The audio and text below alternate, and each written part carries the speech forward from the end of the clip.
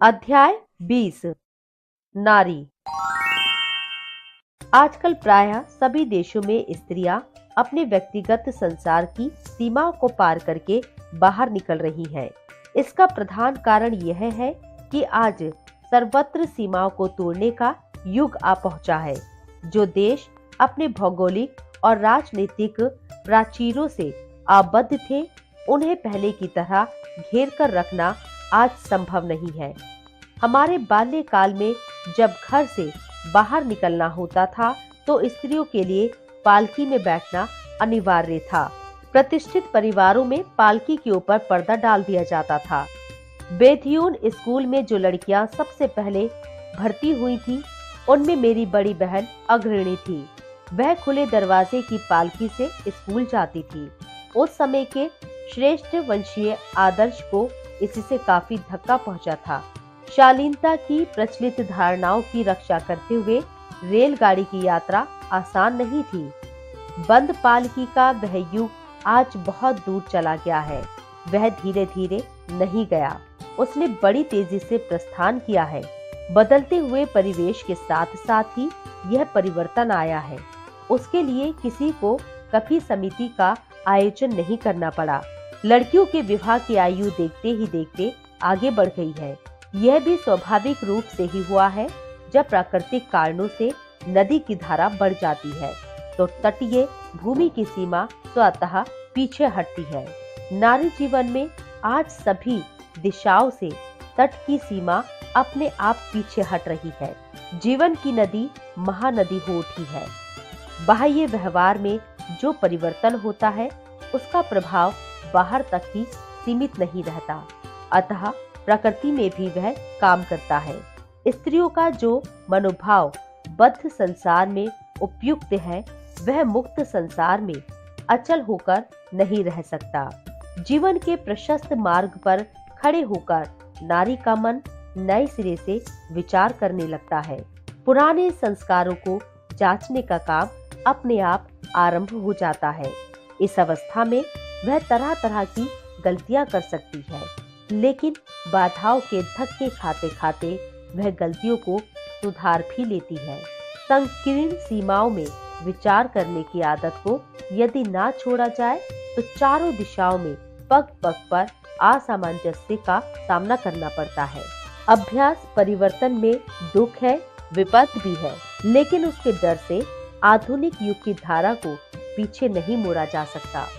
घर परिवार की छोटी परिधि में जब तक स्त्रियों का जीवन आबद्ध था, तब नारी मन की स्वाभाविक प्रवृत्तियों से सहज ही उनके सब काम संपन्न हो जाते थे। गृहस्थी के काम के लिए किसी विशेष शिक्षा की जरूरत नहीं थी। इसलिए एक दिन स्त्री शिक्षा का इतना विरोध और उपहास किया गया। उस समय पुरुष स्वयं जिन संस्कारों की उपेक्षा करने लगे थे, जिन विचारों पर उन्हें संदेह होने लगा था, जिस तरह के आचरण का अब वह पालन नहीं करते थे, उन सबको नारी जीवन में वे सुरक्षित रखना चाहते थे। हमारे देश के अनेक पुरुषों के मन में आज भी वही भाव है, लेकिन समय के विरुद्ध संग्राम में आखिर उन्हें हार माननी होगी। समय के प्रभाव से स्त्रियों का जीवन क्षेत्र अपने आप विस्तृत होता जा रहा है। मुक्त संसार में उनका पदार्पण हो रहा है। ऐसा होने से आत्मरक्षा और आत्मसम्मान के लिए विद्या और बुद्धि का विकास आवश्यक हो गया है। आज भद्र समाज की स्त्रियों के लिए निरक्षरता सबसे बड़ी लज्जा है। किसी समय छाते और जूते का व्यवहार उनके लिए लज्जास्पद था, लेकिन आज उसकी अपेक्षा निरक्षर होना कहीं अधिक लज्जास्पद है। पीसने और कूटने की क्रियाओं में यदि नैपुण्य ना हो तो आज वह अख्याति का कारण नहीं है।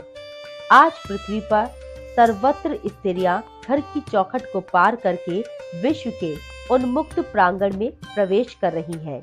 इस वृहत संसार का दायित्व आज उन्हें स्वीकार करना ही होगा। ऐसा ना कर पाना असफलता है। मैं सोचता हूँ आज दुनिया में नया युग आ पहुँचा है। दीर्घ काल तक मानव सभ्यता की व्यवस्था पुरुषों के हाथ में थी। इस सभ्यता की राजनीति अर्थनीति और समाज शासन तंत्र की रचना पुरुषों ने की। स्त्रियां प्रकाशहीन अंतराल में रहकर घर का काम करती रहीं। यह सभ्यता एकांगी थी। इसमें मानव चित्त की संपदा को क्षति पहुंची है। चित्त की संपदा नारी हृदय के भंडार में बंद पड़ी थी। आज उस भंडार का द्वार खुला है। केवल पुरुषों की बनाई हुई सभ्यता में जो विनाशकारी असामंजस्य था, वह आज समता की ओर झुक रहा है। पुरानी सभ्यता को बार बार भूकंप के धक्के लगे हैं। इस सभ्यता में जो विपत्ति के कारण संचित हुए थे, उन्हें तोड़ने की क्रिया को कोई रोक नहीं सकता। समाधान की बात तो यह है कि नई सभ्यता के रचना कार्य में दुनिया के प्रत्येक भाग में स्त्रियां भी प्रस्तुत हो रही हैं। केवल उनके ललाट से ही घूंघट दूर नहीं हुआ है, उनके मन पर जो आवरण पड़ा हुआ था, जिससे वे बाहरी दुनिया से दूर हो गई थी, वह भी दूर हो रहा है। जिस मानव समाज में उनका जन्म हुआ है, उस समाज के सभी विभाग आज स्पष्ट रूप से उनकी आंखों के सामने हैं। अंत संस्कार के कारखानों में बनी हुई गुड़ियों को लेकर मगन रहना आज उन्हें शोभा नहीं देता।